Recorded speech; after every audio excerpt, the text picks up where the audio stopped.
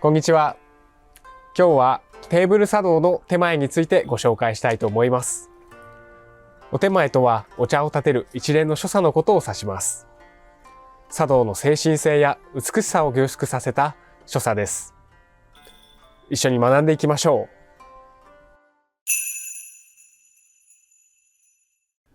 茶道では本来は畳の上でお茶を立てる、点前なんですけれども、今回はテーブルを使ったお茶の点前についてご紹介したいと思います。テーブルスタイルのお茶の点前には以下の流れがあります。まず最初に茶箱から道具を取り出していき、一つずつ道具を並べていきます。茶器や道具を整理し、必要なものを整えていきます。茶碗や茶筅、茶杓などすべての道具が正しく配置されていることが大切です。それらの道具を今度は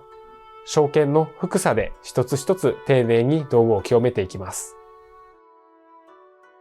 この清めるという所作もとても大切で、点前においてお客様へおもてなしの心を伝える所作でもあります。一つ一つ道具を清め終わりましたら、今度はいよいよお茶碗にお湯を注いで、それから茶筅を清めていきます。お点前は細かな所作が求められます。例えば茶碗を持つ時の手のひらの向きや茶杓で抹茶を取る動作など、すべてが美しさと調和を感じさせるものです。これらの動作は茶道の精神性である和敬静寂、すなわち和やかな雰囲気を尊び、敬意を表し、清らかで静かな心を持つことを象徴しています。そして茶筅も清め終わりましたら、最後に白い茶巾でお茶碗を拭い、そしていよいよお抹茶を入れていきます。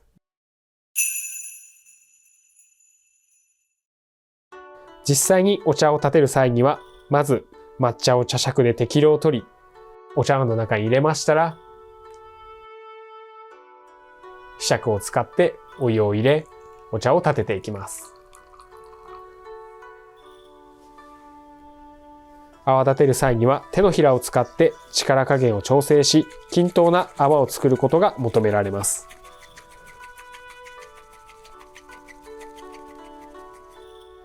この時の手の動きや姿勢、心の持ち方がお点前の美しさを引き立てます。そして立てたお茶を客に差し出します。お茶を差し出す際、茶碗を少し回してお客様が飲みやすい方向に向けることが重要です。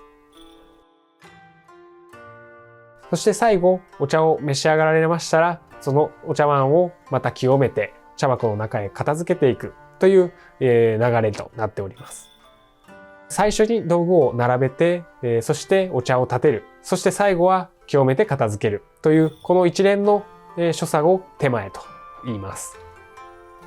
点前の目的はこの所作を通じてお客様にもてなしの心を伝えるという目的があります。ちなみにおもてなしの語源とは、表裏のない心で物をもって成し遂げるという意味があります。ただ心で相手を思う気持ちだけがあってもそれは相手には伝わりません。一つ一つの所作を丁寧にして丁寧にお茶を一服立てる。そして相手に立てたお茶を差し出す。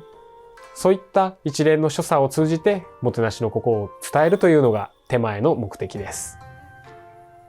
以上がテーブルスタイルの茶道のお点前についてのお話でした。この点前というのは、日本人の精神性をすごく表した所作になっております。一度ぜひ茶会などでお点前を直でご覧いただき、ぜひ体験していただきたいと思います。ご視聴いただきありがとうございました。私は普段奈良のサロン奈良町店にいますので、また奈良にお越しの際はぜひお立ち寄りください。